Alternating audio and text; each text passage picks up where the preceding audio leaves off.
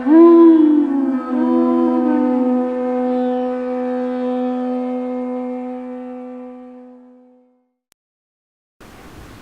Namo Bhagavate Vasudevaya. Om Namo Bhagavate Vasudevaya. Om Namo Bhagavate Vasudevaya.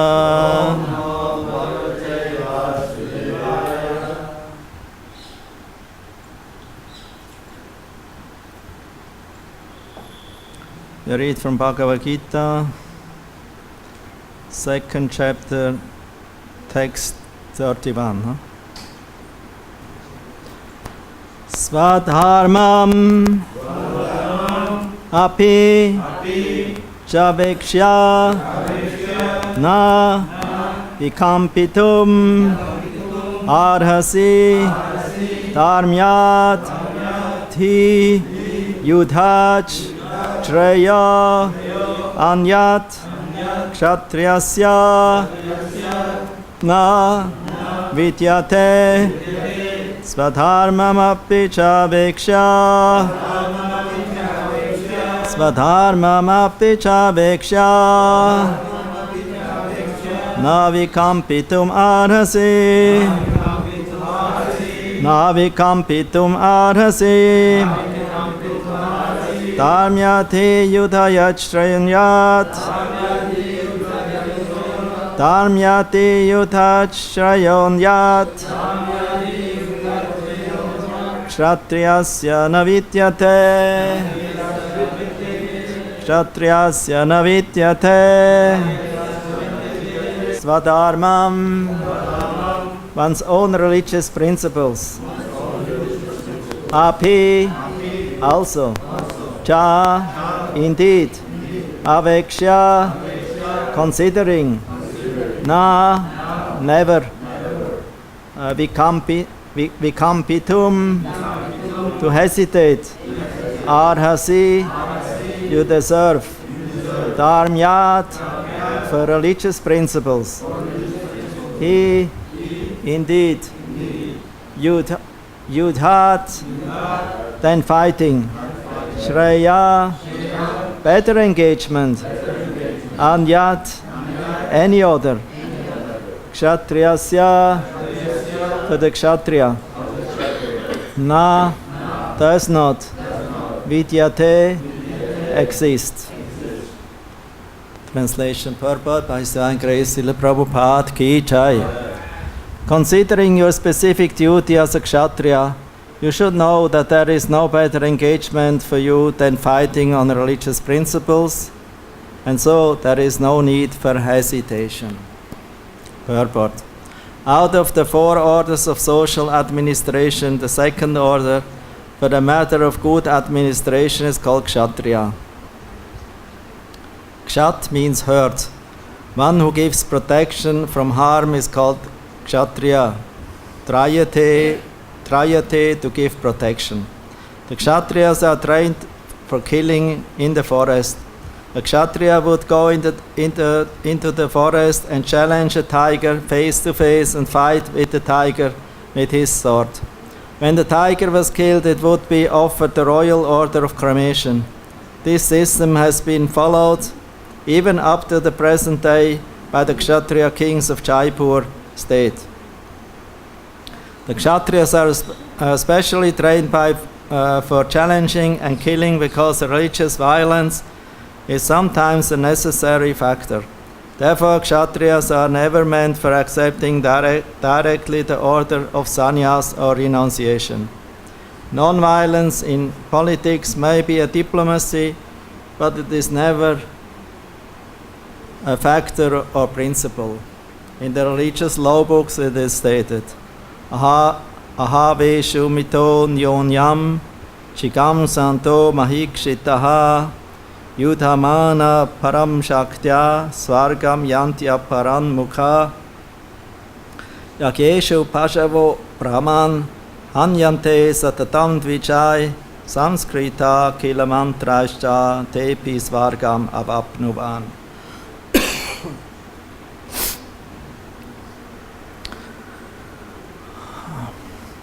In the battlefield, the king or kshatriya, while fighting another king envious of him, is eligible for achieving the heavenly planets after death, as the brahmanas also attain the heavenly planets by sacrificing animals in the sacrificial fire. Therefore, killing on the battlefield on religious principles and killing animals in the sacrificial fire are not at all considered to be acts of violence, because everyone is benefited by the religious principles involved. The animal sacrificed gets a human life immediately without undergoing the gradual evolutionary process from one form to another. And the kshatriyas killed on the battlefield also attain the heavenly planets, as do the brahmanas who attain them by offering sacrifice. There are two kinds of svadharmas, specific duties. As long as one is not liberated, one has to perform the duties of his particular body in accordance with the religious principles in order to achieve liberation. When one is liberated, one's svadharma, specific duty, becomes spiritual and is not in the material bodily concept. In the bodily conception of life, there are specific duties for the brahmanas and kshatriyas, respectively, and such duties are unavoidable. Svadharma is ordained by the Lord, and this will be clarified in the 4th chapter. On the bodily plane, svadharma is called varnashrama dharma, or man's stepping stone for spiritual understanding. Human civilization begins from the stage of varnashrama dharma, or specific duties in terms of the specific modes of nature of the body obtained. Discharging one's specific duty in any field of action is in accordance with the orders of higher authorities, serves to elevate one to a higher status of life. Swadharmam api chavekshya navikampitum arhasi dharmyati yudhashrayon yat kshatriyasya navidyate. Considering your specific duty as a kshatriya, you should know that there is no better engagement for you than fighting on the religious principles, and so there is no need for hesitation.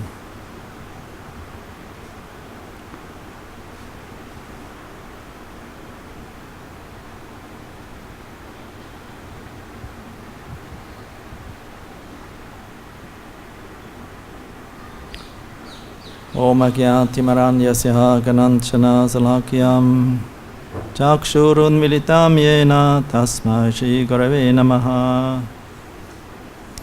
Sri Chaitanya Manobhistam Stapitam Yena Bhutale Svayam Rupa Kadamayam Dadati Svavadantikam Manchakalpatrubhyascha Kripasindhabeva Cha Patitanam Pavanebhyo Vaishnavebhyo Namo Namaha.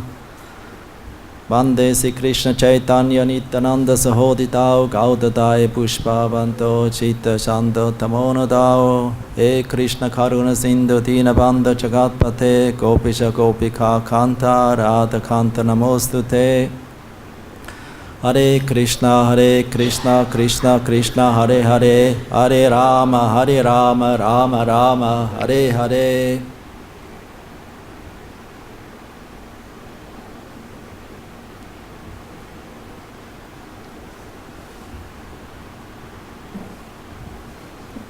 So after many shastric reasonings or statements, or what the sages' opinion is, Krishna tried to encourage and inspire him to Arjuna to fight. Because Arjuna was in great dilemma, he didn't want to fight. He was too much overpowered by emotions. Emotions are mostly mind. Somebody who is intellectual, who is fixed on Shastra, is not easily moved by mind, because he has mind under control. He's a Pandit. He has a controlled mind and senses. and the Brahmana, and also Kshatriya, they actually learned from very beginning when they go to Gurukula, they become trained in controlling mind, sense, mind and control. Samena cha, damena cha, tapasya brahmacharena, amena cha, samena cha, tyagena satya sauchabhyam, yamena and yamena va. So all these principles, they are trained by the Guru. So if somebody is a Brahmana, he's trained accordingly to these principles of tapasya brahmacharena, samena cha, tamena cha, in philosophical knowledge, in truthfulness, in following rules and regulations, in controlling mind and sense control, following sadhana, learning the scriptures. So Brahmana has 3 occupations, main occupations: studying the scriptures from Guru, engaging in sacrifice or in deity worship, or in yajna, sacrifice, and in accepting charity. And there are 3 more. If he is more further inclined, he can teach the scriptures, what he has learned. He teaches the process of yajna or worship of the Lord, and he is also giving in charity. This is the more advanced Brahmana. But the minimum activity of a Brahmana of training is studying scriptures, learning how to worship the Lord, and also Lord, and also the demigods in relation with the Supreme Lord Vishnu, and to accept charity, land, cows, grains, milk products like this. They get in charity. Because a Brahmana doesn't need to go to work. He's very valuable. He's considered the head of the society, and as the head of the society, is a very most important part of the body, as we all know. If a hand or arm is cut off, or even leg, then body cannot exist. They can still exist, but if the head is cut off, it cannot exist anymore. Stomach also. If the stomach is completely out, it can also not exist anymore. Belly. Belly represents the Vaishya class. The Kshatriyas are represented by the arms, strong arms, Mahabaho. Therefore Arjuna many times became complimented by Krishna as Mahabaho, very strong-armed. Strong body means strong arm means also the body. You cannot have strong arm and your body is not according to the shape of the arms. Looks very strange. So it must be in proper balance, in harmony with the entire body. So therefore the Kshatriya. Kshatriya means he represents the Lord's arms. Actually, this Varna and also the Ashrama, these 4 material and spiritual orders, social orders, are already given by Lord Narayana in the beginning of the creation. When the universe becomes manifested, at a certain point, also these varnas and ashramas became manifested for the human beings, so that the society of humans could act properly. So varnashrama is not meant for animals. We always hear, because they cannot follow this kind of principles of varna and ashrama. They only follow instinct. But the human being, because he has senses and mind, And they're mostly very strong. They have to be trained. They cannot be sentimental. Has to be trained by higher intelligence given by Guru. And therefore Arjuna's sentiment was like a woman. It's not appreciated if a kshatriya cries and laments and shivering in front of the battle. This is woman-like. But a kshatriya, he has to stand, he has to be the man, he has to be a warrior, fearless. It's actually qualities are given in 1843 of the Bhagavad-Gita. Shauryam, Teja, Tritir, Dakshyam, Yudhe, Chapi, Apalayanam, Dhanam, Ishvara, Bhavascha, Kshatriyam, Karma, Svabhavacham.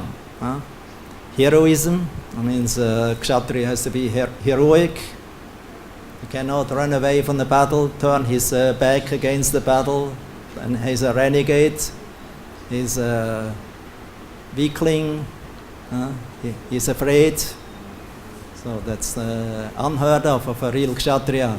It's later on Krishna says, if you will run away from battlefield, your enemies and everyone will blaspheme you, will criticize you, and that is the worst for a kshatriya, for a real kshatriya. Then if the people will, and especially great heroes, will look very much down to you. How useless, what a kind of loser you are, what a renegade you are. And there's nothing worse than that for a kshatriya. Better you die than to get such a kind of, to hear such kind of words about you.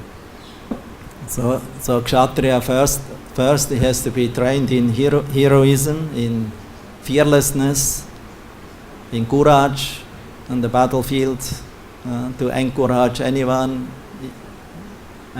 Therefore they are trained in the forest to go to fight against the tigers, and to be fearless against tigers and wild animals. Kshatriya never is afraid. People nowadays become afraid, even if they see a mosquito, or a fly, or anything, a little thing, immediately alarm, panic, a mosquito is here. Immediately we have to put the mosquito machine on, or make spray, to get rid of him. So no problem.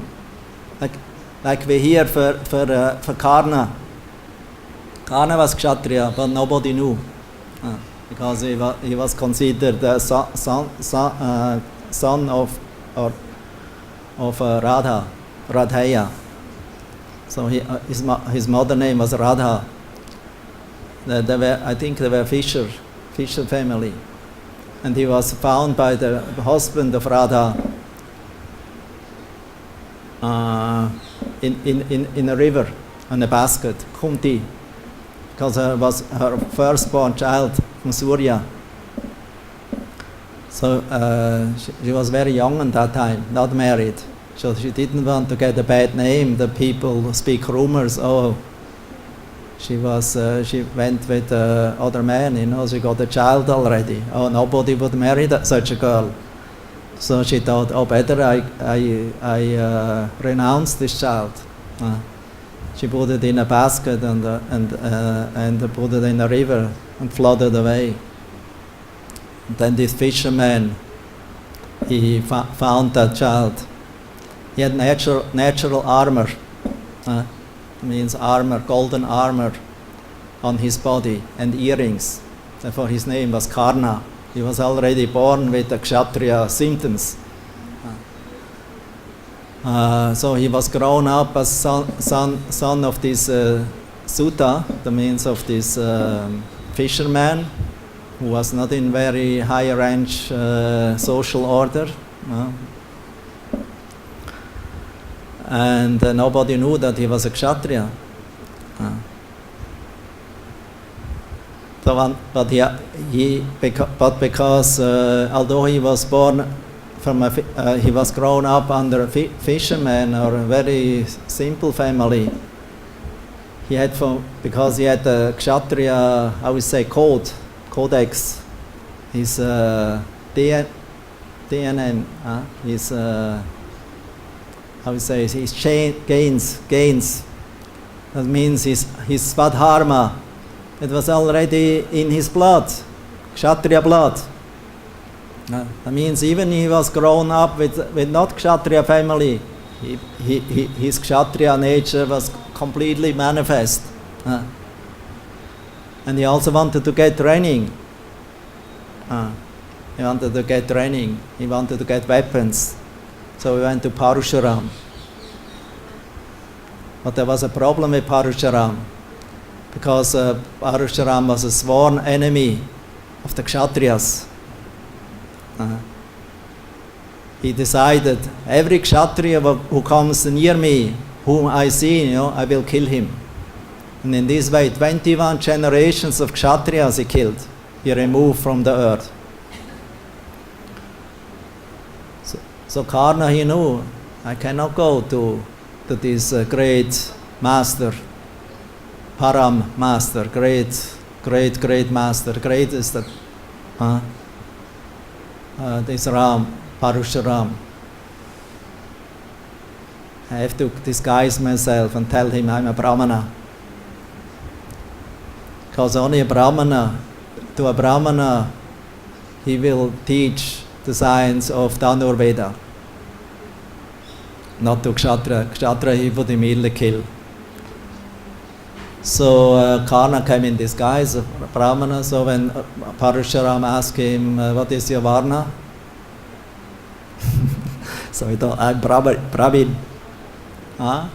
Okay, I will teach you.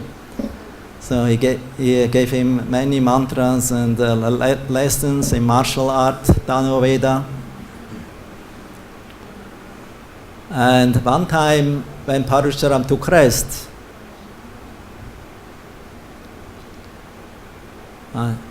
he took rest on the lap of Karna.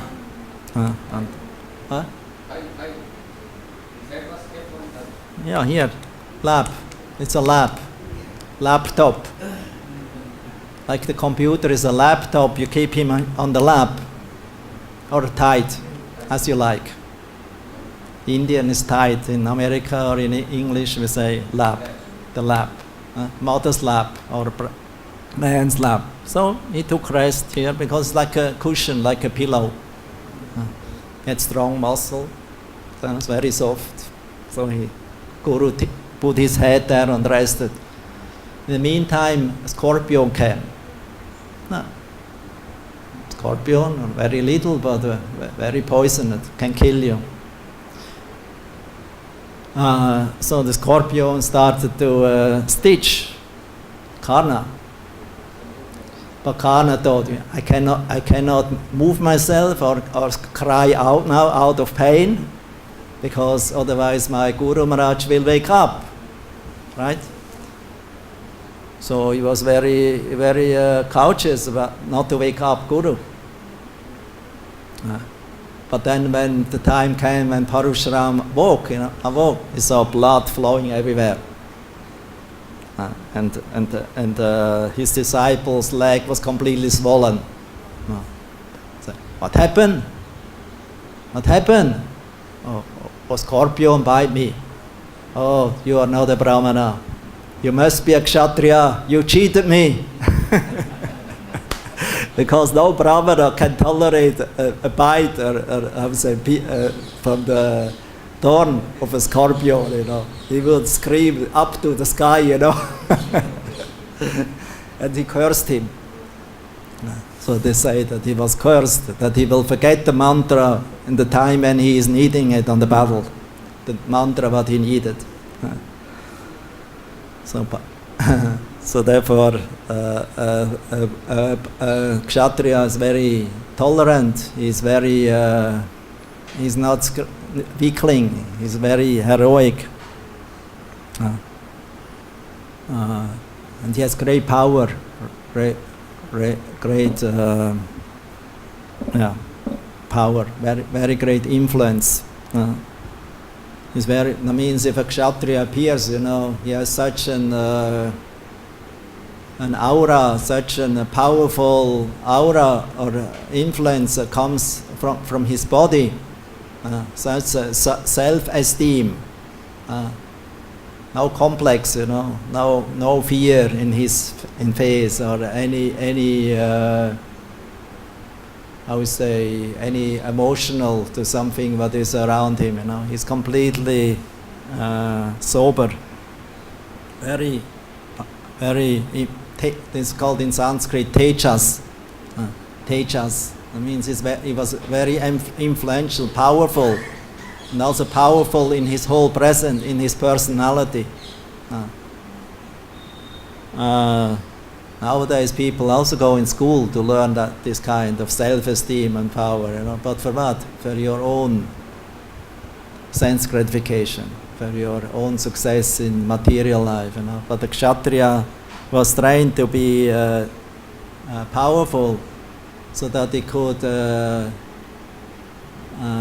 bring out evil influence from the society, to get rid of them. He would not tolerate any bad influence that was adharma.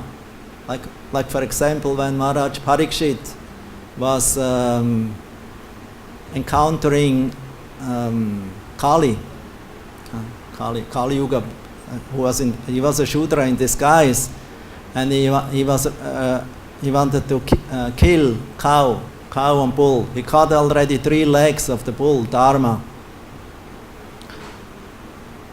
So when Parikshit Maharaj saw that in his kingdom, he thought, how is this possible?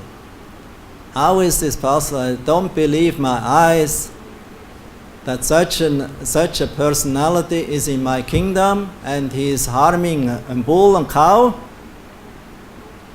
cutting off leg of the bull.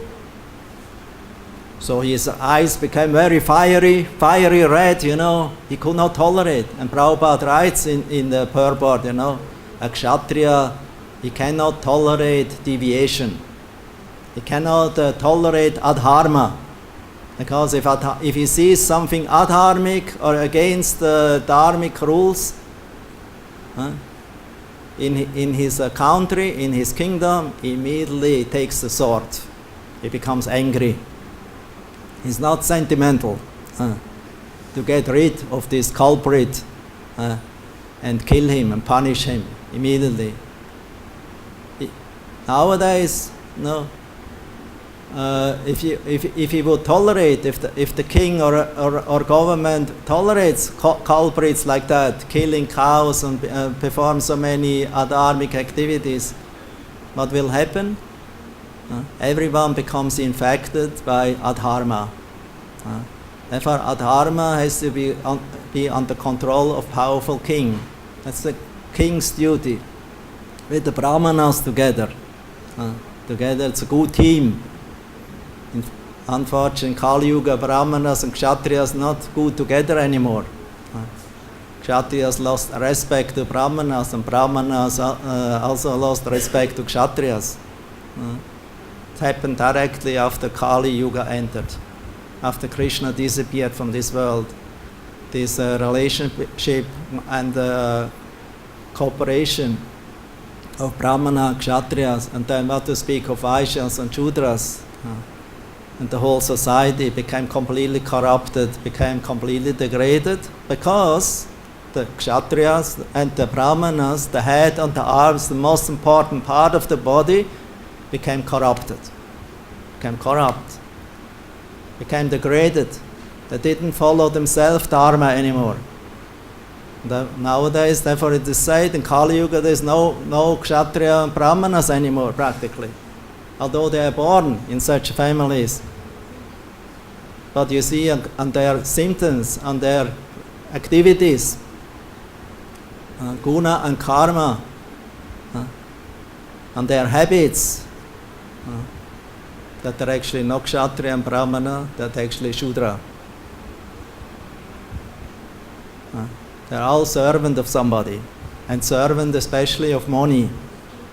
Servant for sense gratification. But the Kshatriya and Brahmanas, they were not after money.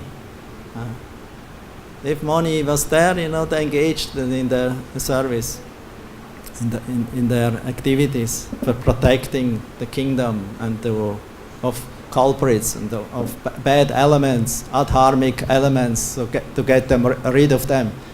Because they are like a cancer, like an infective disease. If you tolerate adharma, then whole country becomes adharma in very short time. Because bad conduct, bad examples and characters are easily accepted by the people than the good one.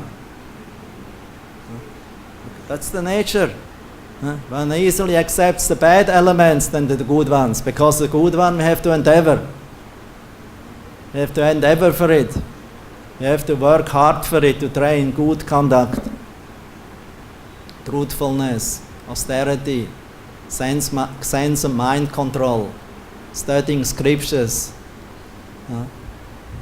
self-control, chastity to guru, follow guru instructions, worshipping the Lord.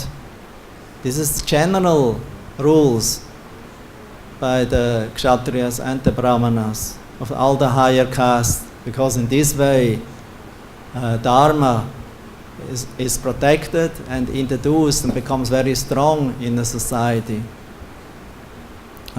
So therefore a Kshatriya has great resources, he has great powers, great influence. He will not tolerate anything that is not in harmony or in correspondence with the Dharma Shastra, or with the scriptures by Dharma, Manu Samhita, Vedic literature, Vedic statements.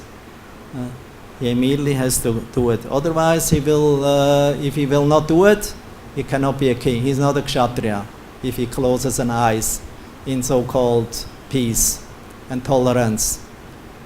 Okay, I close eye before you, I let you go. But don't do it anymore. So he's not doing that. He will punish him. And he is tritya, that means he's very determined in his activities, in his duty. That was Arjuna's quality, for example. He was very determined. He wanted to become. He was very ambitious. I want to become the best archer. So his guru Drona told one time to his servant, please always take care, that when Arjuna, who was in his Gurukula, with all the Kauravas together, take care that when Arjuna is eating in the evening, that the light is never going out, that the candle is never extinguished.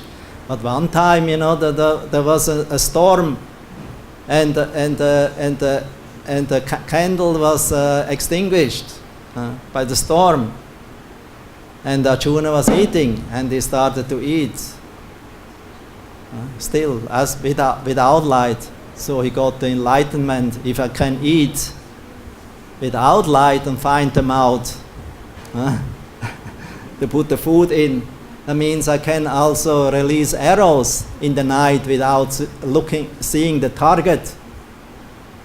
And then from that time on, he started to train in the night, to shoot the targets, with bow and arrow. And when his Guru Maharaj heard a bit,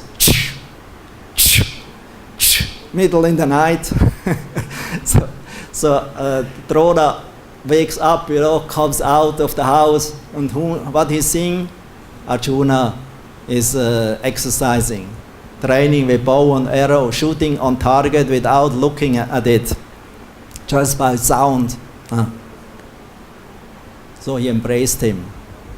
He embraced him heartily. Because Guru is very pleased when he sees that the disciple is very, determined in his study, very eager. So he embraced him and he blessed him, because there's nothing else, If you can please Guru and he will give you a blessing, that's it. That's it. So Guru gave him blessing, that there was never an archer like you in the past, not now, and also not in the future. You will become the best. And several times, actually, Arjuna proved his quality of the best kshatriyas, of all the disciples of Drona. Because one time Drona was attacked by a crocodile. Although he was powerful enough, because he was the best of the kshatriya teachers at that time, martial teachers of Dhanurveda. There was nobody like him, So he was strong enough to get rid of this crocodile or alligator. It was no problem for him, but he was calling, "Help! Help! Help! Crocodile is biting me!" And all the Kauravas didn't know what to do. And it was Arjuna who released the arrow and shot and killed the alligator. So when Guru was so pleased again with Arjuna, that again he gave him an embrace, a warm embrace and blessing. So Arjuna got so many blessings. But one time when the princes went to the forest, for picnic and maybe a little hunting, because they have to train their hunting, shooting on targets, not for the sake of killing animals, but for the sake of training. So they went to the forest, and they had a dog with them. A dog was with them. And they were hunting and running after animals. But then this dog went astray. And then he came to a place, there was one hunter. He had a leopard skin on his body. He was very fiercely looking and chasing after animals to kill animals. And he saw this dog. Dog was barking. But before because there was a strange element in the forest, to call the Kauravas, come, here is something, you have to shoot. He thought maybe it was an animal. But before he could even bark, he opened his mouth. He had 7 arrows in his mouth, shot through his mouth. 7 arrows. It was like a scissor, he could not move the mouth anymore. So the dog, with the tail inside, he ran away, and he went to the Kauravas, to Arjuna and Pandavas, and when Arjuna and the Pandavas saw, everyone, when they saw that kind of wonderful artwork of archer, then they became amazed. They were amazed, that wondered, who is that? Arjuna, I thought, I cannot do this. My teacher, he gave me blessing. I'm the best of archer, but I see here is somebody better than myself. So he went to his guru, Drona, a great doubt in head, and he asked him, who is that? You promised me I will be the best archer in the whole world. So how is it, that somebody is better than me? So Drona said, okay, let's go and look who that could be. So and he met this hunter. He was actually a Nishada, from the Nishada race, dark hunter, forest, jungle people, who is just living there, shooting animals like that. And it was very interesting. Actually, Drona, he recognized that person, because one time he came to him to ask him to become his disciple. So Drona asked him, what is your Varna? So the dark man, little dark man, he told him, I'm a Nishada. I'm the son of such and such, the king of the Nishadas. Oh, no. I cannot accept Nishada because I'm the trainer here. I'm the guru of the highest elite of Kshatriyas. what they would think about me, what they would say about me if I would train, if I start to suddenly accepting Nishadas to train them. So he rejected him. The name of that was Ekalabhya, Nishada, Ekalabhya. So but this Ekalabhya, he didn't give up. He was so determined. Although he was a Nishada, but he wanted to become a Kshatriya. He wanted to become a warrior, like Arjuna, or even better than him. So he started to make a murti of Drona, made of clay, like demigods. Sometimes one make demigod murtis, made from clay, from Ganga, Yamuna, making clay murtis, worshipping, puja. So this Ekalabhya, he started to worship Dronacharya in murti form. And he learned everything from that murti because of worshipping of his guru. Although guru didn't accept him, he actually rejected him. So when Drona, he came, he recognized Ekalabhya. It's you.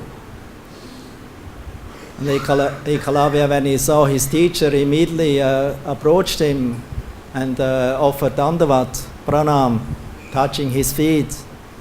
He was so happy. Oh, my Guru Maharaj, I'm so happy to see you. How can I serve you? So Drona asked him, was that your work? To shoot 7 arrows through the mouth of this dog? He said, yes. Or from whom you learned that? Or from you? It's all your mercy, Guru Maharaj. I'm your Guru Maharaj. Acha. That means you have to give me dakshina, Guru dakshina. So, okay, I'm ready to give you everything. What you want? So Drona asked him, I want that you offer me the right thumb of your hand. That means from your right hand, the thumb you have to cut and offer me. Oh, no problem, Guru Maharaj. And he took an arrow who had a half moon form, and he cut off his tongue and offered to the feet of his guru. Guru said, thank you very much, and then he left. Ekalabhya, from that time on, he tried again to shoot with bow and arrow, but he saw he became handicapped because the thumb is the most important part. Even left hand or right hand, he could not use the bow and arrow in the same expert way as before.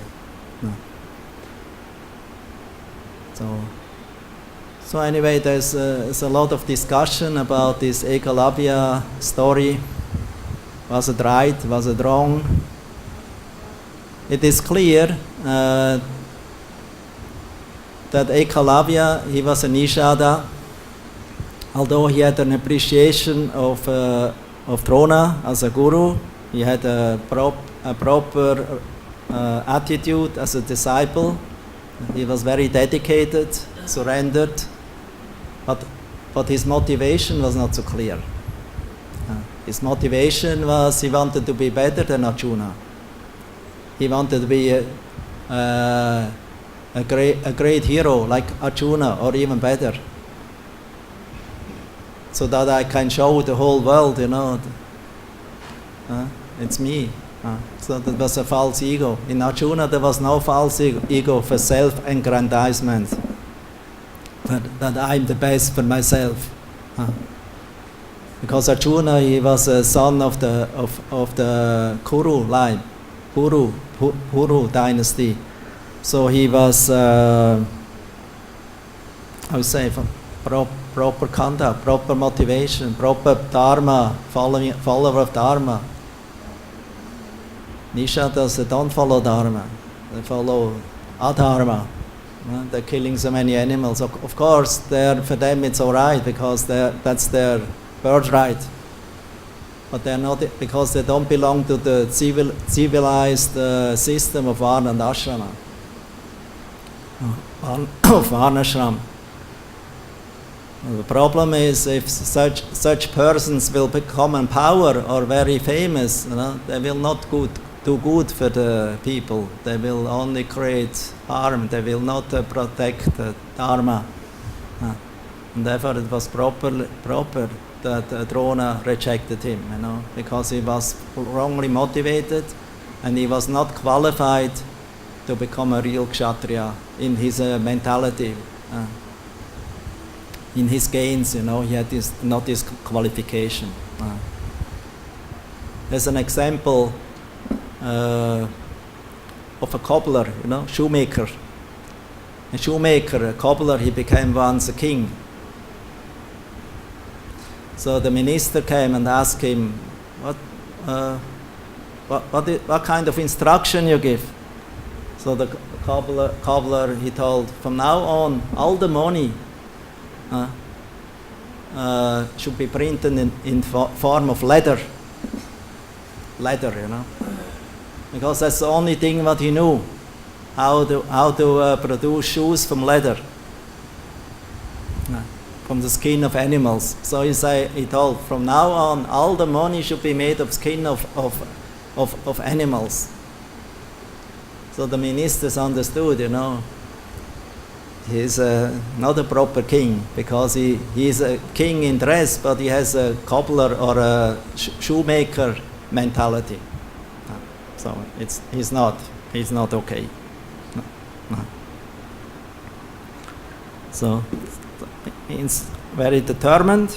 He's very resourceful.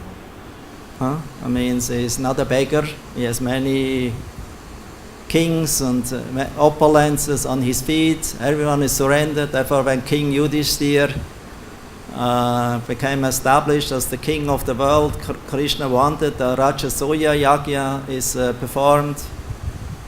Ashvamedha Yagya is performed, because that shows, that the king is resourceful. He is very influential and very. He's not a beggar. He's not a poor man. And he is courageous in the battle. Yuddha means he's courageous in the battle.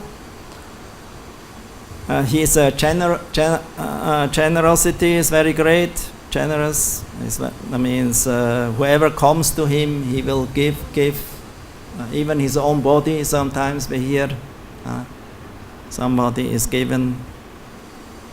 Like Shibi Maharaj, he became famous as a king, who was even ready to offer his body to a turtle or to some bird, but was only a test for him to show his glories of generosity. And he's a great leader. These are the natural qualities of a kshatriya. So in the 7th canto, 11th chapter, text 12, there's a similar list: Sauryam, Viryam, Tritis, Tejas, Tyagas, Chatma, Chaya, Kshama, Pramanyata, Prasadascha, Satyam cha, Kshatra, Lakshanam. To be influential in battle, unconquerable, patient, challenging, and charitable, to control the bodily necessities, to be forgiving, to be attached to the Brahminical nature or culture, and to be always jolly and truthful. These are the symptoms of a kshatriya.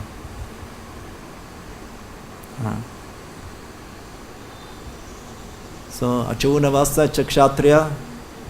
but Krishna is chastising him. He's his guru now, and he tells him this is not proper for you, that you are lamenting now, that you are crying, that you are shivering because of sympathy to kill your kinsmen and superiors. This is wrong sentiment.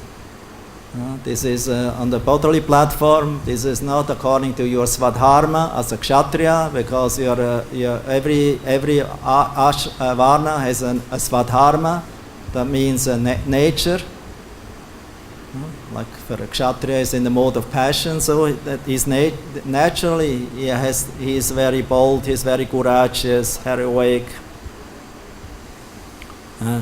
challenging, unconquerable, very influential in battle. So he has all these qualities. These are in his program since birth. Svadharma. This is called Svadharma. And Prabhupada says dharma cannot be changed because it is your nature.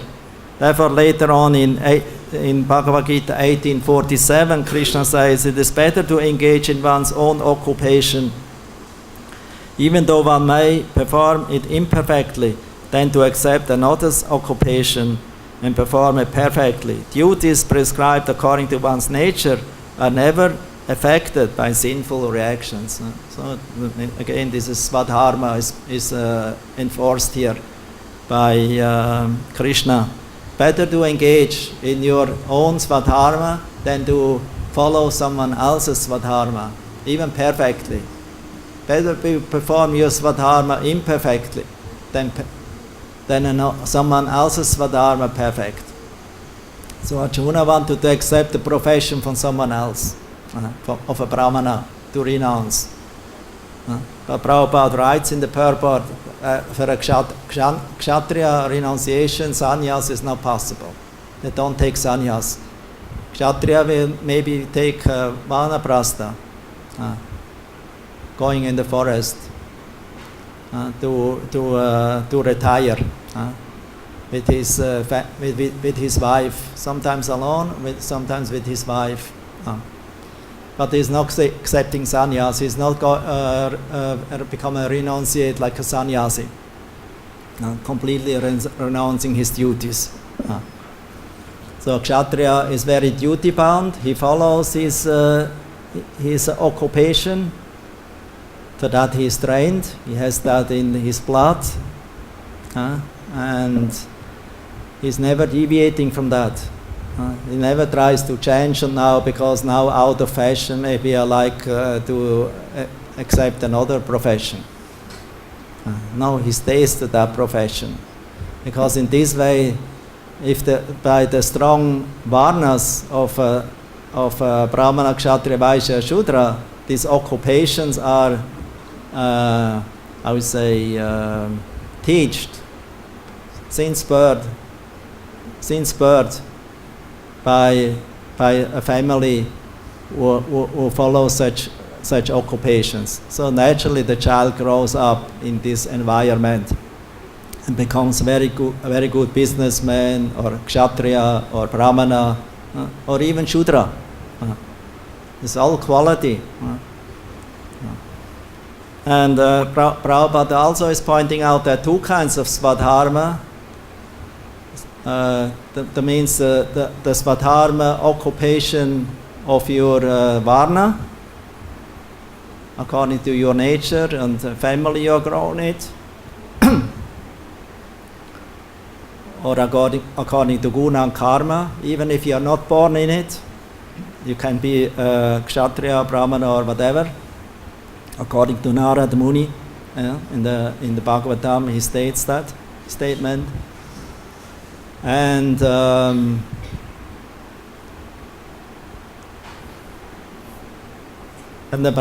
Brahmana and the Kshatriya, and therefore everyone is following these certain rules of Kshatriya or Brahmana or Vaishya according to his nature. This is Svadharma. And another Svadharma is if you become free of the bodily concept of life, if you realize that I'm spirit soul, you become an Atmavan or an Atmagya, that means knower of Atma, Atmarama, become happy in Atma. Then you learn how to actually engage in your Swadharma as a soul. If we are on the bodily concept, we must accept Varna and Ashrama. It's must. It's sinful in the cultured life or society if we are not accepting proper Varna and Ashrama. There's nothing between. There's nothing between. You have to be brahmachari, sannyasi, grihastha, vanaprastha. You have to be Shudra, Vaishya, Brahmana or Kshatriya. There's nothing between.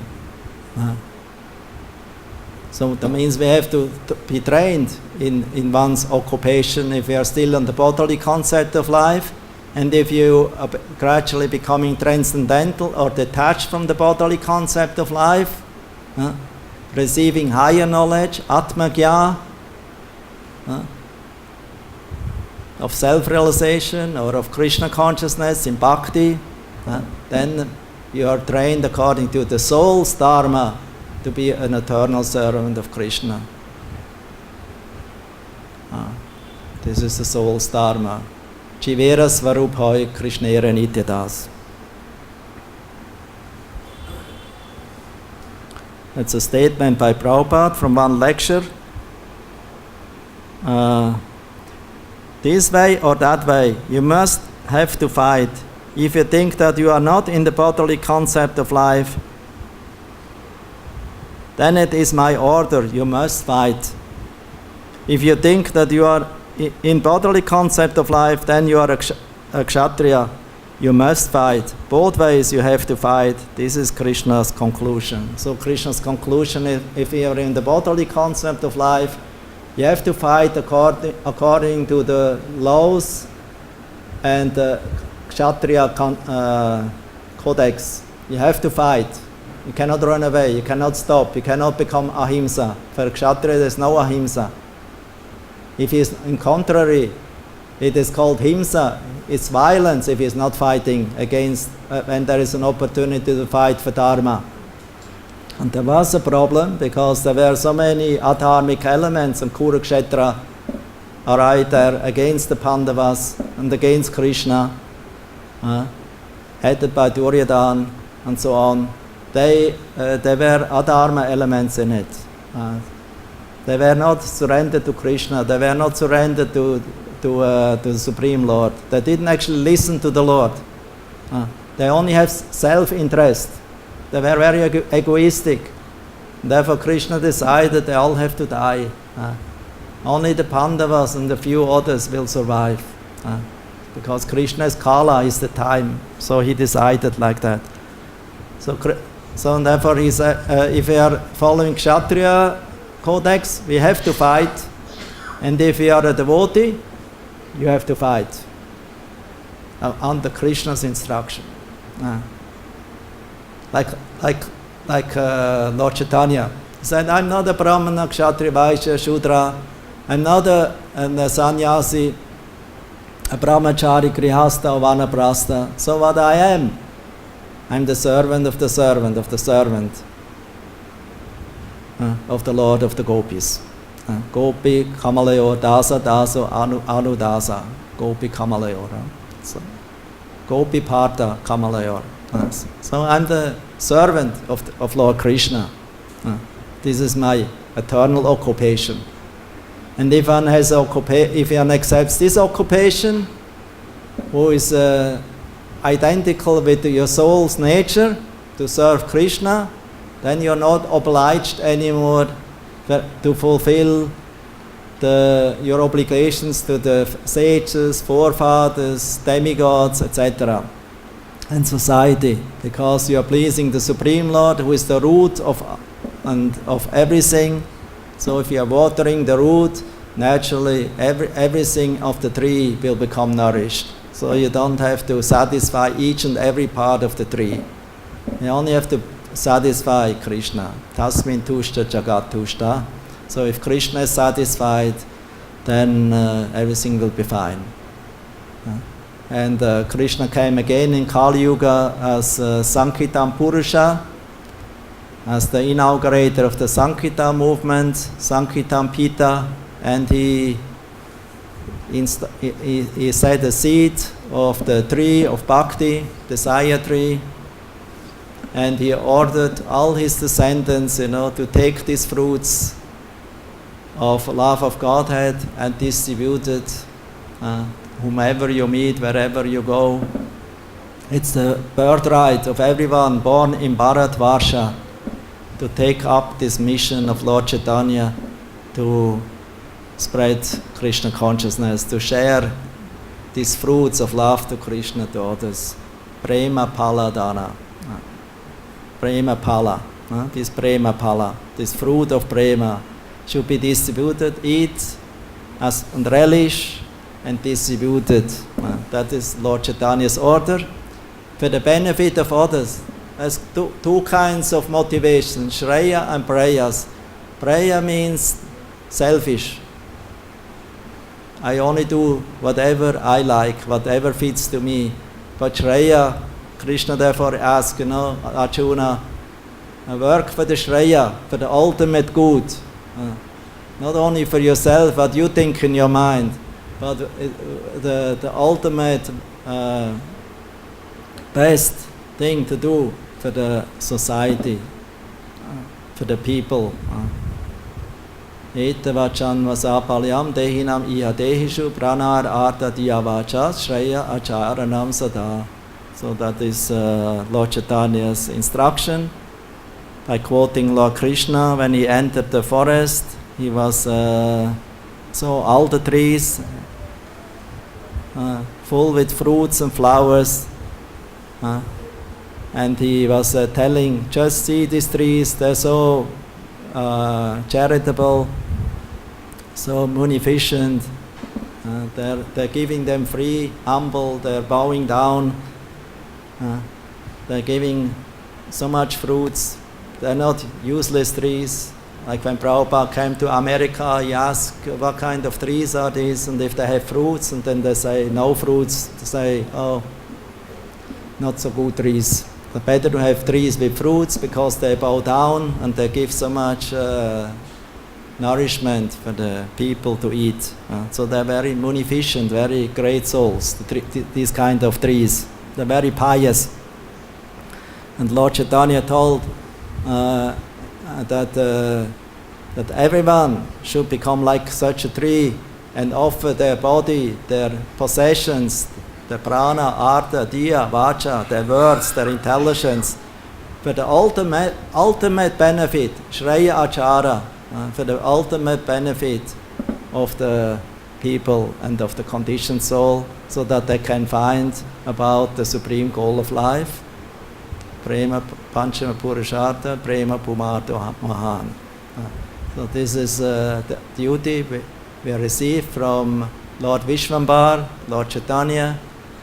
Srila Prabhupada said, we are also a branch of that desire tree. ISKCON is also a branch.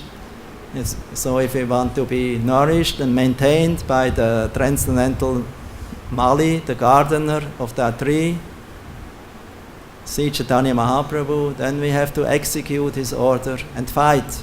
Fight not with weapons, because Lord Chaitanya didn't brought weapon, he brought only the holy name. Holy name and the scriptures and the devotional qualities of the devotees who are following Lord Chaitanya. With these kind of weapons, devotees travel throughout the whole world, every town and village, and try to make people happy and successful by giving them information about Krishna consciousness. So this is our duty. This is Swadharma of those who give up material occupations and are taking up the spiritual occupation to be eternal servants of Lord Chaitanya or Krishna. And this is ultimately also the occupation of everyone who is following Varna and Ashrama. even if they're in the material concept, because if Varnashram Dharma is not linked up with the Supreme Lord to satisfy Him, Haritoshanam, Samsiddhir Haritoshanam, so that's actually meant, Varnashram is meant to satisfy Lord Hari. We also use our occupation for giving example to the people, although it's not transcendental in serving and be steady in one's occupation, and also in the same time try to become a devotee by following karma yoga in favorable way in relation with bhakti. Bhakti mixed with karma, bhakti mixed with jnana, and ultimately if we come from karma, bhakti, mishra, or jnana, bhakti, mishra, we can come to the Shuddha bhakti, unmixed with karma and jnana, and become purely attached to Krishna, in love to Him and in service to Him. Without fulfilling following our nature, bodily nature, psychological nature, in what we received in this life from previous karma, without using this nature in Krishna's service, it's very difficult to become transcendental and purified. Hare Krishna. Bhagavad-Gita ki jai. Any question?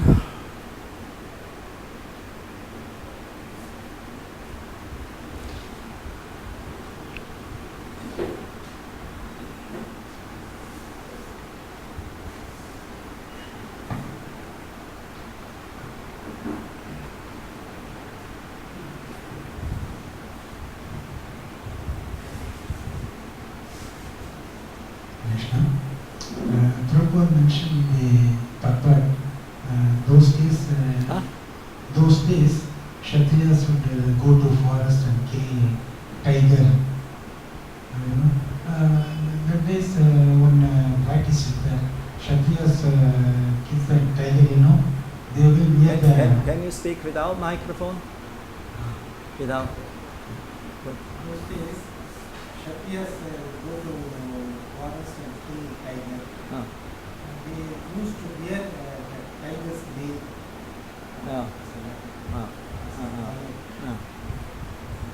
And what's also an interesting point is that if a Kshatriya kills animals, or if he kills people on the battlefield out of his duty, it is the same result as the Brahmanas who are offering yagya or sacrifices in the fire yagya by killing an animal to uplift it to the heavenly planets. So that means the result is the same. If you follow Kshatriya Dharma or Brahmana Dharma, if you follow this duty, then you become purified and uplifted. And that's the purpose of the Vedic program, to become uplifted, not to become degraded. If you're not following Vedic statements and culture, then we become degraded. If we follow it, then we become uplifted, gradually become more and more uplifted, and get more and more opportunities so that we can ultimately attain the supreme perfection of life. Going to Krishna. Okay, Hare Krishna.